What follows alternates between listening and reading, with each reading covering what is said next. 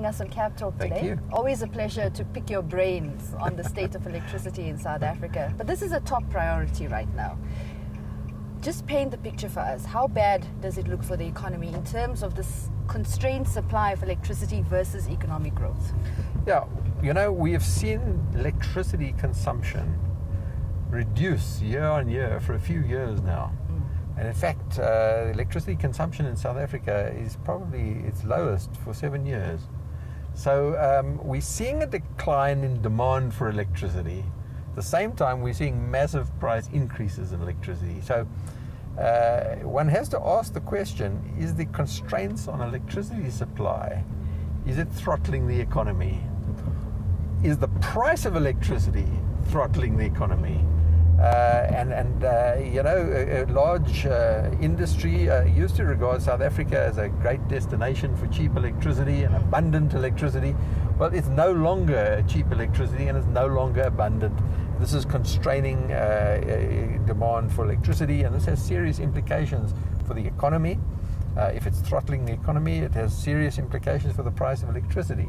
Because strange as it may seem, when the volume of electricity sales reduces in kilowatt hour units, they are forced to put the price up to recover the costs that are incurred, for example, on the new build program.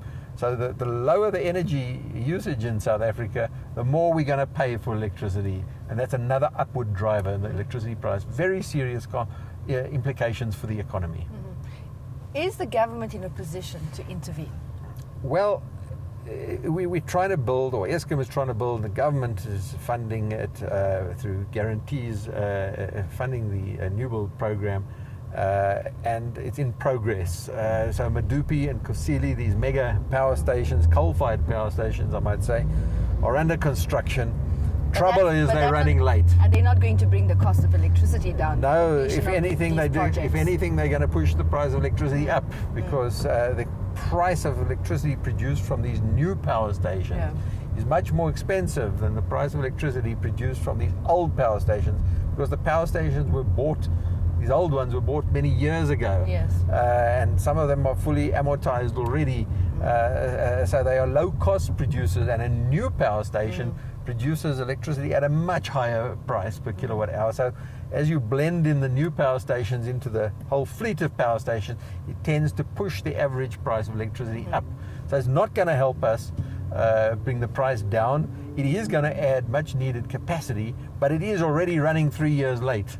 And this is part of our problem today, is that the generation capacity, which should have come on stream 3 years ago, is not on stream. If it was on stream, we'd have an extra 6% of capacity, and we would certainly not be in the very tight situation that we are now in the question of supply and demand. At the moment, supply and demand is such that we are only just meeting demand, and if a few mishaps occur and supply cannot meet demand, then we have to get into a situation of reducing demand, which is another way of saying load shedding. Yes, but despite all of that and the criticisms coming through around the Medupi project itself, Eskom's doing something right, because we haven't had rolling blackouts recently as we did back in 2008. Well, I think we need to look at that a little bit more carefully. Certainly at a domestic level, we haven't experienced blackouts. But remember, we're coming up for an election in a few months' time. And the very last thing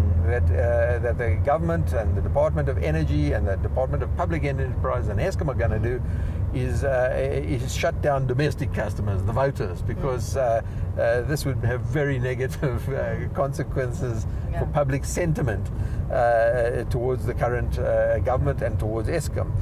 So Eskom are doing everything else except cutting domestic consumers. And what that means is they are reducing the demand from industrial customers. In other words, it's impacting the economy. So whilst we are not seeing domestic load shedding, we are seeing industrial load shedding, and I want to qualify that. But still, we're not exempt from load shedding altogether, because you have to look at the city of Johannesburg. The big frustration is the traffic lights. Is that part of the problem as well? The traffic lights that do not work consistently. That is not a problem of a shortage of electricity. That is a problem often of cable theft. It's a problem of... But it's an Eskom problem. No, it's not an Eskom problem. It's a city power problem. It's a problem with cable theft within the city's infrastructure.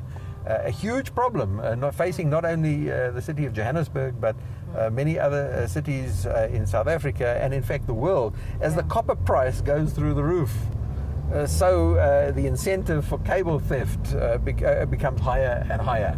And by the way, as the electricity price gets higher and higher, the incentive for electricity theft also becomes higher and higher, and this causes overloading transformers and cables, and it results in interruption. So many of the problems we see in Johannesburg with traffic lights out, with various suburbs losing electricity, are not actually Eskom problems. They are typically maintenance problems, aging infrastructure, cable theft, electricity theft causing overloading, and many other problems which are resulting in what we think are blackouts, but these are not blackouts caused by Eskom's inability to supply electricity. They're caused by more city problems within the city.